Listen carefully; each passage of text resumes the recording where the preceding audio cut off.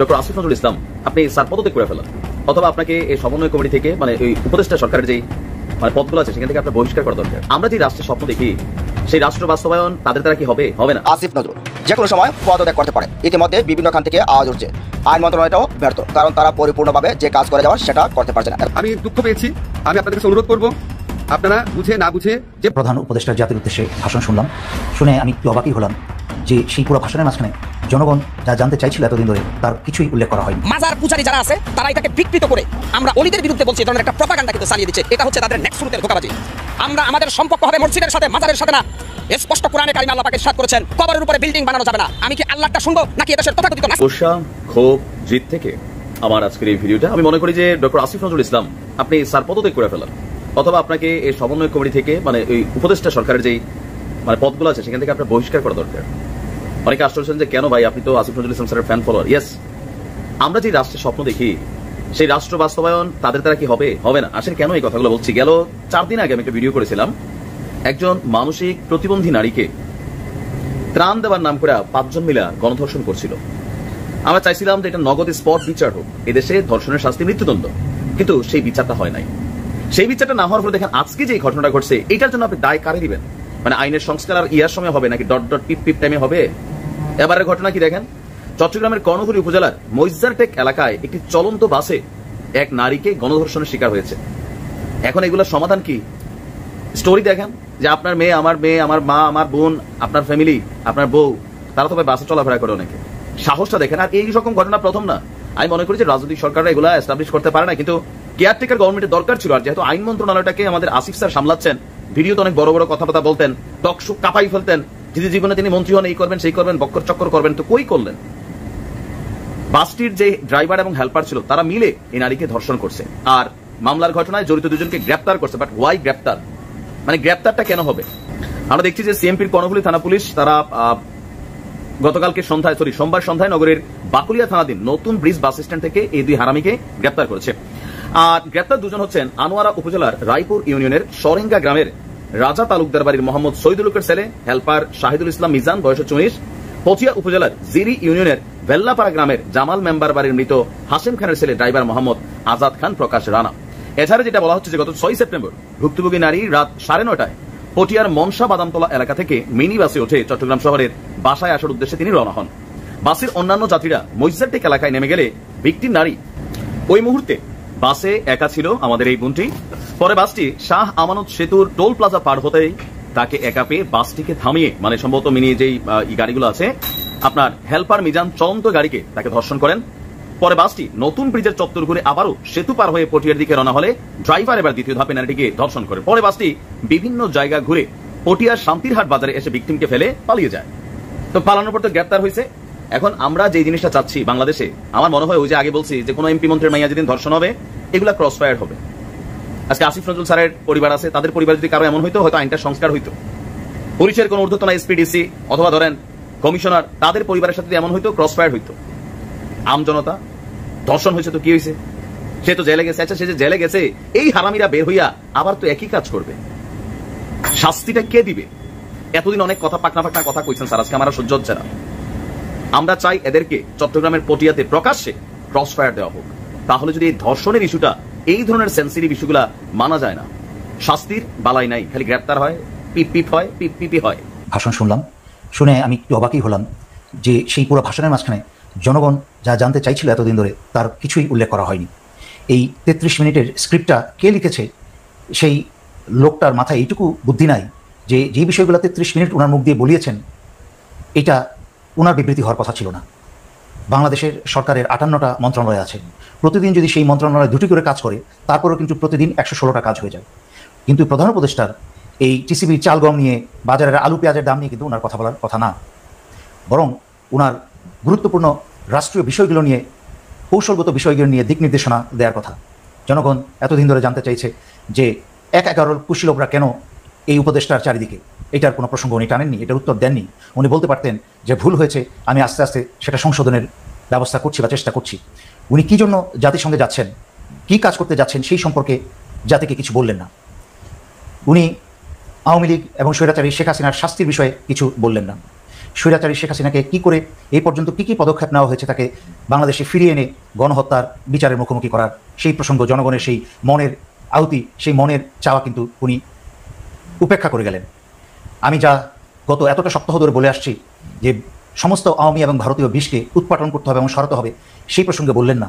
তার ভবিষ্যৎ আওয়ামী যে ভয়ঙ্কর একটা নাগিনী, সেই স্বৈরাচারী শেখ হাসিনার কন্যা পুতুল, বিশ্ব স্বাস্থ্য সংস্থার এই দক্ষিণ এশিয়ার পরিচালক হিসেবে বাংলাদেশ থেকে যে নিয়োগটাকে দেওয়া হয়েছে, সেই নিয়োগের বাতিলের অনুরোধ আমি কয়েকবার করেছি এই উপদেষ্টার কাছে বা এই সরকারের কাছে। তার ব্যাপারে কিন্তু কিছুই বললেন না, না বলে কোনো ব্যবস্থা না নিয়ে কিন্তু উনি একটা বাংলাদেশ ধ্বংসের একটা রাস্তা খোলা রেখে দিলেন।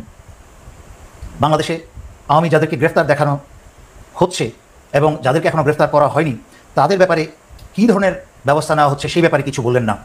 গত 15 বছরে এই আওয়ামী নিয়োগ হয়েছে সকল প্রতিষ্ঠানে, সামরিক বেসামরিক সকল প্রতিষ্ঠানে আওয়ামী যে নিয়োগ হয়েছে, তার ব্যাপারে একটা যাচাই বাছাই কমিশন গঠন করে করার ব্যবস্থার ব্যাপারে কিন্তু কিছু বললেন না। আয়নাঘরের প্রসঙ্গ তুললেন, কিন্তু যেখানে সশস্ত্র বাহিনীর উপরে ওনার কোনো এখতিয়ার বা নিয়ন্ত্রণ নাই, যেখানে আয়নাঘরের সমস্ত মালিকরা স্বৈরাচারী শেখ হাসিনার 15 বছরের যে ডিজিএফআই প্রধানরা সবাই বহাল তবিয়তে ইউনিফর্মে আছেন, চাকরিতে আছেন, তাদের ব্যাপারে তাদেরকে সেই সব জায়গায় রেখে ক্ষমতাবান জায়গায় রেখে কি করে উনি একটা বিচার কার্যক্রম পরিচালনা করবেন তা আমার মাথায় আসে না। সেই ব্যাপারে কিন্তু উনি কিছুই বললেন না, শুধু হাওর উপরে আয়নাঘরের বিচারের কথা বলে গেলেন। ব্যবস্থা করা হচ্ছে, কী ব্যবস্থা হবে তা সম্পূর্ণ সন্দেহ আছে। তারপরে এই যে সারা সমগ্র বাংলাদেশের বিরুদ্ধে এই দেশের ভিতর থেকে এবং দেশের বাইরে থেকে ভারতের যেসব ষড়যন্ত্র চলছেন বাংলাদেশ বিরোধী, এই স্বাধীনতাকে ছিনিয়ে নেওয়ার যেসব ষড়যন্ত্র চলছে, সেইটার দিকে নজর রাখতে এবং তাকে সরকারকে বারবার চোখে আঙুল দিয়ে দেখিয়ে দিতে যে এই বিষয়গুলো হচ্ছে, তার কাজ করার জন্য দেশের এরকম একটা গুরুত্বপূর্ণ নিরাপত্তা বিষয়ের জন্য একটা জাতীয় নিরাপত্তা কমিশনের ব্যাপারে কিন্তু উনি কিছুই বললেন না। অথচ 1 মাসের মাঝখানেই দেশের এই সরকারের নিরাপত্তার স্বার্থে এবং জাতীয় নিরাপত্তার স্বার্থে একটা স্বতন্ত্র জাতীয় নিরাপত্তা কমিশন ইতিমধ্যে গঠিত হয়ে যাওয়ার কথা ছিল, কিন্তু সেই দাবি করতেও এখন ভয় লাগে। সরকারের চারিদিকে যেভাবে 1-11 কুশীলব এবং ভারত এবং স্বৈরাচারী শেখ হাসিনার যারা সুবিধাবাদী তাদেরকেই বসাচ্ছে, তাদেরকে ভয় হয় এরকম জাতীয় নিরাপত্তা কমিশনে হয়তোবা স্বৈরাচারী শেখ হাসিনার এবং ভারতের লেফটেন্যান্ট জেনারেল মুজিবকে এনে চেয়ারম্যান হিসেবে উনি বসিয়ে দিবেন, লেফটেন্যান্ট জেনারেল মুজিবকে হয়তোবা চেয়ারম্যান হিসেবে বসিয়ে দিবেন। সুতরাং চাল ডালের হিসাব না দিয়ে মাননীয় প্রধান উপদেষ্টাকে আমি সম্মানের সাথে বলতে চাই, আপনি দয়া করে বিশ্বের অনেক উপরের পর্যায়ে কাজ করেছেন এবং এখনও করছেন। আপনি জানেন আপনার কোন বিষয়ে হাত দেওয়া উচিত এবং কী করা উচিত। বাকি কাজগুলা যার উপদেষ্টার উপর, আপনার অন্যান্য মন্ত্রণালয়ের উপদেষ্টার উপর ছেড়ে দিন, তাদেরকে বলতে দিন। আপনি জাতীয় পর্যায়ে নির্দেশনা, কৌশল এবং জাতীয় নিরাপত্তার প্রতি নজর দিন, কারণ বাংলাদেশের এই রক্তের উপর দিয়ে আনা স্বাধীনতা কিন্তু দোদুল্যমান, হারানোর পথে যে কোনো সময় চলে যাবে। বারবার করে চিৎকার করে বলছি সরকারের নিরাপত্তা তথা জাতীয় নিরাপত্তার উপর মনোযোগ দিতে, কিন্তু আপনারা সেটা সবসময় এড়িয়ে যাচ্ছেন এবং দেশকে, নিজেদেরকে এবং দেশকে বিপদে ফেলছেন। দয়া করে এরপরে আশা করি আগামী যতগুলো কথা বলেছি এর পরবর্তীতে বিবৃতিতে আপনি এইসব নিয়ে কথা বলবেন এবং জাতিকে আশ্বস্ত করবেন। এখনও জাতির আস্থা অর্জন কিন্তু করতে পারবেন। ডক্টর মোহাম্মদ ইউনূস ক্ষমতায় আছেন, তাকে সাহায্য করার জন্য একটি উপদেষ্টা পরিষদ রয়েছে এবং সমাজের বাইরে তাকে সাহায্য করার জন্য আন্দোলনকারী যে ছাত্র যারা সমন্বয়ক রূপে ইতিমধ্যে প্রতিষ্ঠিত হয়েছেন, তারা এজ এ সোশ্যাল প্রেশার হিসেবে তারা কাজ করছেন। তো এটি আগস্ট মাসের 5 তারিখ থেকে আগস্ট মাসের 15 তারিখ পর্যন্ত, 15 আগস্ট পর্যন্ত এই 10 দিন চমৎকারভাবে কাজ করেছে এবং মানুষের একটা স্বপ্ন ছিল। কিন্তু সাম্প্রতিক সময়ে যে ঘটনাগুলো ঘটছে তাতে একটি ঘটনার সাথে আরেকটি ঘটনা এখানে টক্কর লাগছে, কন্ট্রাডিক্ট করছে, এবং একটি ঘটনার বিপরীতে অন্য একটি ঘটনা ঘটছে, যা কিনা আলটিমেটলি ডক্টর ইউনূসের জন্য অস্বস্তিকর হয়ে পড়ছে। যেমন সমন্বয়ক যারা আছেন তারা একটি রাজনৈতিক সংগঠন করবেন এবং ডক্টর মোহাম্মদ ইউনূস তাদের খুব প্রশংসা করছেন, তাদেরকে মন্ত্রী পরিষদে জায়গা দিয়েছেন, তার ব্যক্তিগত সহকারী রূপে এই সমন্বয়কদের মধ্যে একজনকে স্থান দিয়েছেন, যা কিনা আমাদের যে সমাজে যে চিরাচরিত যে ট্রেডিশন, রাজনীতির, রাষ্ট্র ক্ষমতার, প্রশাসনের যে ট্রেডিশন, এই ট্রেডিশনের কেবল বিপরীত নয়, একেবারেই এমন ঘটনা যা মানুষ কল্পনা করেনি। যেমন ধরুন, 2 জন যুবককে মন্ত্রী পদমর্যাদায় বসানো হয়েছে 2টি গুরুত্বপূর্ণ পদে। এখন তারা যদি তুলনামূলকভাবে পরীক্ষা দিতেন, তারা বিসিএস এ চান্স পেতেন প্রতিযোগিতামূলক পরীক্ষাতে বিসিএস করে কোটাবিহীন একটি পরিবেশে, সেটি ছিল 1% সম্ভাবনা। মানে তারা সহকারী কমিশনার বা সহকারী কাস্টম কমিশনার বিসিএস এর একদম প্রথম পদটি এই যে কজন সমন্বয়ক রয়েছেন তারা এখানে একবারে পরীক্ষা দিয়ে চান্স পাবেন, এটির সম্ভাবনা 1%। 99% হলো অনিশ্চিত, তারা চান্স পাবেন কি পাবেন না, এটা এখনো বলা যায় না। যেমন ধরুন অনেকেই যে কোটা বিরোধী আন্দোলন করেছে, কিন্তু তারা রাজনীতিতে চলে এসেছে, কিন্তু তারা বিশেষ করে এই কোটা বিরোধী আন্দোলন করে চান্স পেয়ে বলে একটা পদ পদবিতে আছেন। গত সেই 18 সন থেকে এই পর্যন্ত বিসিএস এর রেজাল্টের মধ্যে দেখেন যে আন্দোলনকারীদের মধ্যে কয়জন চান্স পেয়েছে। তো যাই হোক, তো তাদের একটা ডিমান্ড ছিল তারা একটা তুলনামূলক সরকারি পরীক্ষাতে কোটাবিহীন যাবে, সেটা ক্যাডার হোক, নন ক্যাডার হোক, পুলিশের সাব ইন্সপেক্টর হোক, তারা একটা সরকারি চাকরি চেয়েছিল, তারা ব্যবসা করতে চায়নি। তো সরকারি চাকরি চাওয়ার পরে আমরা তাদেরকে একেবারে সরাসরি মন্ত্রী বানিয়ে দিয়েছি। আর এই মন্ত্রী পদে বসে তারা কি করছেন না করছেন সেটি বড় কথা নয়, তাদেরকে দেখে জনগণের যে চোখ যেভাবে টাটাচ্ছে, সারা শরীর যেভাবে চুলকাচ্ছে, সেই চুলকানির যে যন্ত্রণা, সেই যন্ত্রণাটা আলটিমেটলি ইউনূস সরকারের এজ এ হোল ভাবমূর্তিকে প্রশ্নবিদ্ধ করে তুলেছে। এবং প্রথম অনেকে কথা বলেনি, এখন দেশে দেশের বাইরে বাংলা ইংরেজিতে এগুলো নিয়ে প্রচুর কথাবার্তা হচ্ছে, এবং এই কথা থেকেই আলটিমেটলি আগামীতে ডক্টর ইউনূসের জন্য অনেকগুলো সমস্যা তৈরি করে ফেলবে। এইগুলো এক। 2 নম্বরে যেটা হলো যে আমাদের দেশে অনেকগুলো আন্দোলন, লড়াই, সংগ্রাম হয়েছে। যেমন ধরুন মহান মুক্তিযুদ্ধ, 9 মাস যাবৎ যুদ্ধ হয়েছে, কিন্তু তখনও পর্যন্ত থানাগুলো সচল ছিল, সরকারি অফিসগুলো সচল ছিল, বিশ্ববিদ্যালয়ের শিক্ষকরা কাজ করেছেন, everything was in order in 1971। যখন বঙ্গবন্ধু 16ই ডিসেম্বর আসলে, তিনি শুধু একটা প্রশাসনের উপরে এসে ওই 16 ডিসেম্বরের পর মুজিবনগর সরকার এসে বসে, আর বঙ্গবন্ধু এসে একেবারে নতুন একটা রাষ্ট্রের কাঠামোর উপর দাঁড়ালেন, যে কাঠামোটা অ্যাবসলিউটলি একদম যাকে বলা হয় অর্গানোগ্রামটা 100% ওকে ছিল। কিন্তু যেটা ব্রিজ কালভার্ট নষ্ট হয়েছিল, মানুষজন ক্ষয়ক্ষতি হয়েছিল, প্রচুর জানমালের ক্ষয়ক্ষতি হয়েছিল, কিন্তু রাষ্ট্রের যে কাঠামোটা, সেই কাঠামোটা কিন্তু সচল ছিল। কিন্তু এখন দেখা গেল যে খুব অল্প কয়েকদিনের 1 মাসের আন্দোলনের ফলে পুরো অবস্থা এমন হয়ে গেছে যে আসলে কোথায় মিলিটারি ক্ষমতা আছে, সেনাবাহিনীর ক্ষমতা আছে, কোথায় বিজিবির ক্ষমতা আছে, কোথায় সেনাবাহিনীর ক্ষমতার বাইরে গিয়ে পুলিশ কোথায় অ্যাক্ট করছে, এই জিনিসগুলো আমরা দৃশ্যমান হচ্ছে না।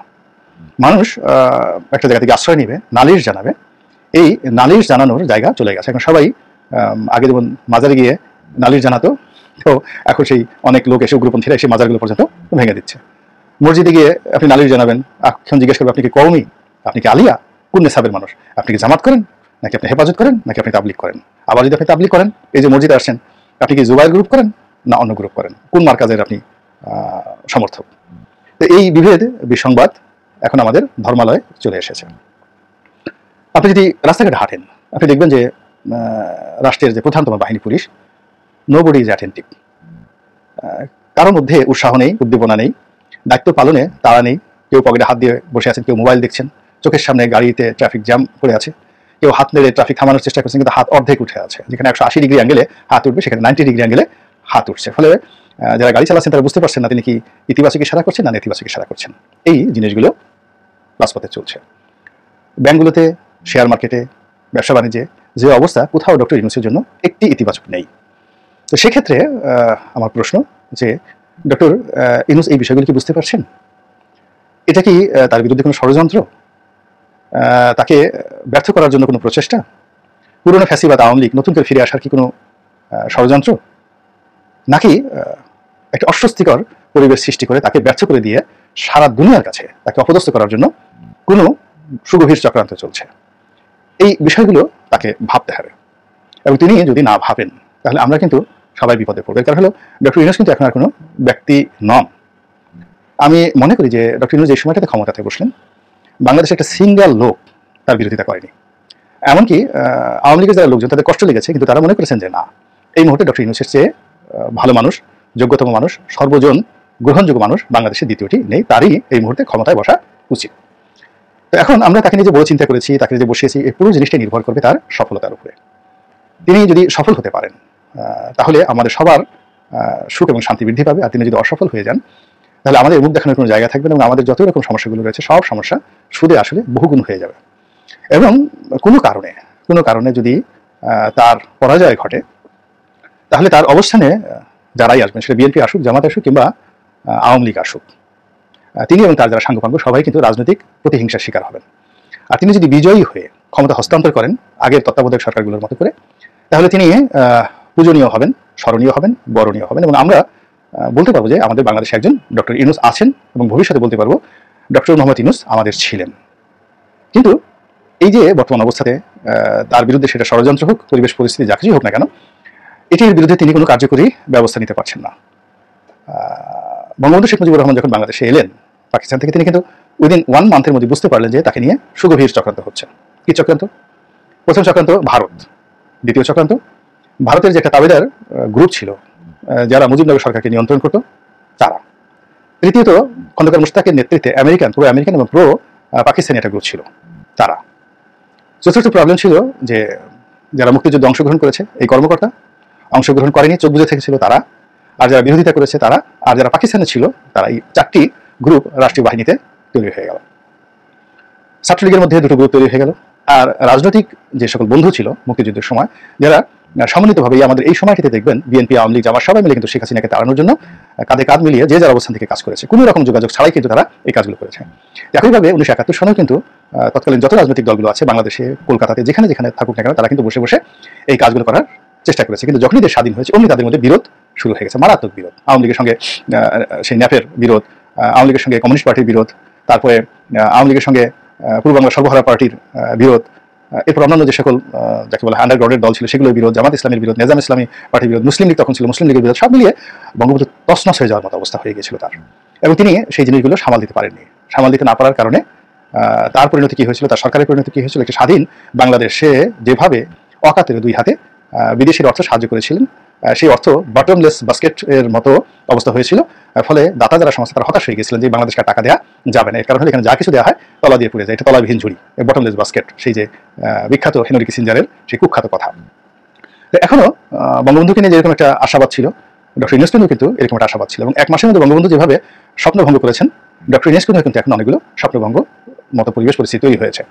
এবং এটি আমি স্পষ্টতই মনে করব যে তার বিরুদ্ধে অনেকগুলো ষড়যন্ত্র হচ্ছে দেশের ভিতরে, সচিবালয়ে, বিচারালয়ে, পুলিশ হেডকোয়ার্টারে, রাজনীতির অফিসগুলোতে, ব্যবসায়িক সেই যে সংগঠনগুলো সেখানে, আন্ডারওয়ার্ল্ডে, জেলখানাতে, এমন কোনো জায়গা নেই যেখানে তার বিরুদ্ধে চক্রান্ত হচ্ছে না।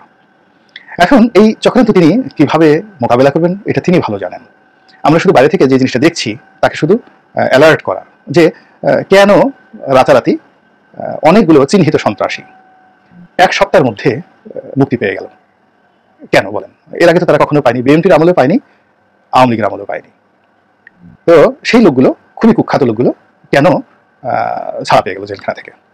অনেকগুলো গুরুত্বপূর্ণ পদ পদবি মানে এত দ্রুত সেখানে পরিবর্তন হয়ে গেল, যেগুলো ডক্টর ইউনূস ইচ্ছা করে করেছেন বা তার ইচ্ছাতে হয়েছে আমার কাছে মনে হয়নি। কেন হলো? এটা হলো আমার প্রশ্ন। অনেকগুলো নিয়োগ, অনেকগুলো বদলি কেন হলো? এরপর এই যে এত বিশাল পরিবর্তন পুলিশে আনা হলো, কমান্ড পরিবর্তন করা হলো, আওয়ামী লীগের লোকগুলো সব পালিয়ে গেল, তারপরেও কেন এখন পর্যন্ত থানাগুলোতে প্রাণ চাঞ্চল্য এলো না? তাহলে পরিবর্তন করে লাভটা কি হলো? পরিবর্তন না করলে তো ভালো হতো। তো এই জিনিসগুলো ডক্টর মোহাম্মদ ইউনূসকে কগনিজেন্সে নিতে হবে এবং সেই অনুযায়ী তাকে ব্যবস্থা নিতে হবে। ষড়যন্ত্র সীমাহীন। এই যে দেখুন 2 দিন আগে যে সকল ব্যবসায়ী নেতারা যারা সেই গত 15 বছর ধরে 2 হাতে টাকা রোজগার করেছে এবং তাদের দেশে এবং দেশের বাইরে এত বেশি টাকা ব্যাংক বিমা থেকে লুট করে, একজন যদি 1 লক্ষ কোটি টাকা লুট করে থাকে, তার শিল্প কলকারখানা যদি শ্রমিকরা জ্বালিয়ে পুড়িয়ে সারখার করে দেয়, ওই শিল্প প্রতিষ্ঠানের দাম 1000 কোটি টাকা না, তার হাতে তো 99,000 কোটি টাকা আছে। এখন সেই 99,000 কোটি টাকা সে জেলখানাতে বসে যদি ডক্টর ইউনূসের বিরুদ্ধে ব্যবহার করে 5,000 কোটি টাকা, তাহলে এটি কি তার জন্য খুব একটা ব্যাড ইনভেস্টমেন্ট হবে? অবশ্যই নয়। 2 দিন আগে যে সমস্ত শিল্প গ্রুপ, ব্যবসায়িক প্রতিষ্ঠান এর মালিক এবং ট্রেড অর্গানাইজেশনে তারা শেখ হাসিনার জন্য জীবন দিত, তারা এই গত 1 মাসের মধ্যে 4-5 বার ডক্টর মোহাম্মদ ইউনূস সাহেবের সাথে বৈঠক করেছেন এবং বৈঠক করে সেই একই লোক, একই চেহারা, একই কথা, একই ভাষা, শুধু সেই মূল যে চেয়ারটি যেখানে শেখ হাসিনা বসছেন সেখানে শুধু ডক্টর ইউনূস বসে আছেন। আর এই ঘটনাকে কেন্দ্র করে সাভার, আশুলিয়াতে বিভিন্ন এলাকাতে যা কিছু ঘটছে, এটাকে কি খুব স্বাভাবিক এবং সহজ অবস্থা বলে মনে হয়? তো এখন এগুলো মোকাবিলা করার জন্য যে ধরনের সিদ্ধান্ত নেওয়া দরকার, যে ধরনের বুদ্ধি দরকার, এটি ডক্টর মোহাম্মদ ইউনূসকে নিতে হবে। এটি ডোনাল্ড লু এসে ওনাকে কোনো বুদ্ধি দিতে পারবেন না, আমেরিকার কোনো লোক তাকে বুদ্ধি দিতে পারবেন না। তিনি দেখেছেন যে এই আমেরিকার বড় বড় মানুষ, হিলারি ক্লিন্টন থেকে শুরু করে বারাক ওবামা, সবাই মিলে চেষ্টা করে শেখ হাসিনার রোষানল থেকে তাকে রক্ষা করা যায়নি, তিনি রক্ষা পাননি, তাকে কোর্টের বারান্দায় ঘুরতে হয়েছে। তো কাজেই যে বুদ্ধি দিয়ে তিনি এই কোর্ট কাছারি মোকাবিলা করেছেন এবং মোকাবিলা করতে করতে একটা সময় তিনি যখন হতাশ হয়ে পড়েছেন, তখন সুলতার কবেকার অন্ধকার বিদিশা নিশা ওরকম একেবারে বনলতা সেনের মতো ক্ষমতার চেয়ার তার কাছে চলে এসেছে। তো এটা একটা ম্যাজিক্যাল চেয়ার, রিভলভিং চেয়ার, এবং খুব গরম, এই চেয়ারের অনেক বেশি গরম। সেই গরম গ্রামীণ ব্যাংকের চেয়ারে বসার গরমের মতো নয়। বা তিনি শেখ হাসিনার রোষানলে পড়ে তিনি যে দুর্ভোগ দুর্দশা হইয়েছেন বা ভোগ করেছেন, এখন তিনি ক্ষমতার চেয়ারে বসে যে কষ্টগুলো পাচ্ছেন, এইগুলো তার সে আগের কষ্টের মতো নয়, এই কষ্ট অনেক অনেক বেশি। এবং এই কষ্ট মোকাবেলা করার জন্য, এই কষ্ট ধামাচাপা দেওয়ার জন্য এখানে চোখের পানির কোনো মূল্য নেই, হতাশার কোনো মূল্য নেই, শুয়ে থাকার কোনো মূল্য নেই, পালানোর কোনো সুযোগ নেই। এখানে যুদ্ধ করে এই ষড়যন্ত্র তাকে মোকাবেলা করতে হবে। তার হিম্মত লাগবে, শক্তি লাগবে, তাগত লাগবে, লিডারশিপ কোয়ালিটি লাগবে। এই জিনিসগুলো নিয়ে তিনি তার ষড়যন্ত্র মোকাবেলা করুন এবং তিনি বুঝতে পারেন যে সবকিছু স্বাভাবিকভাবে চলছে না, আগে তো তাকে বুঝতে হবে, হি মাস্ট হ্যাভ আন্ডারস্ট্যান্ডিং যে সবকিছু স্বাভাবিকভাবে চলছে না, এটা তাকে বুঝতে হবে। তিনি যদি ওখানে বসে শেখ হাসিনার মতো মনে করেন সব ঠিক আছে, সব মানুষ শেখ হাসিনাকে ভালোবাসে, সব মানুষ জয় বাংলার দল, এরকম শেখ হাসিনা তো শেষ পর্যন্ত সেই জিনিসগুলো মনে করেছেন। এই দেশ তার, তিনি সেনাবাহিনীর প্রধানকে নিয়োগ দিয়েছেন, তার কথা মতো সবকিছু চলবে, তার কথা মতো গুলি চলবে, তিনি বন্দুক দিয়েছেন গুলি করার জন্য, বন্দুক দিয়েছেন সুমান দেওয়ার জন্য নয়। তো এরকম চিন্তা চেতনার ফলে শেখ হাসিনার যে পরিণতিগুলো হয়েছে, সেই পরিণতি সমস্ত ফ্যাসিস্টদের হয়। আর ডক্টর মোহাম্মদ ইউনূসদের মতো যারা মহান ব্যক্তি এবং যারা কর্মজীবন আরো মহান হয়ে পড়ে, তারা আগে যেখানে বসে তিনি সমস্ত সমস্যাগুলো বুঝতে পারেন। এখন ব্যাংকিং এর যে সমস্যা, সংস্কারের সমস্যা, ওই মন্ত্রী বানানো, ওই বাধ্য, এগুলো অনেক অনেক পেছনের সমস্যা। তার সামনে একটা ক্রাইসিস হিসেবে যে প্রবলেমগুলো আছে প্রতিটা মুহূর্তে, সেই ক্রাইসিসগুলো তাকে বুঝতে হবে, সেই ষড়যন্ত্রগুলো তাকে বুঝতে হবে, অ্যাসার্টেন করতে হবে এবং এই সমস্যা সমাধানের ব্যাপারে তাকে কার্যকরী ব্যবস্থা নিতে হবে। দোয়া করি, প্রার্থনা করি।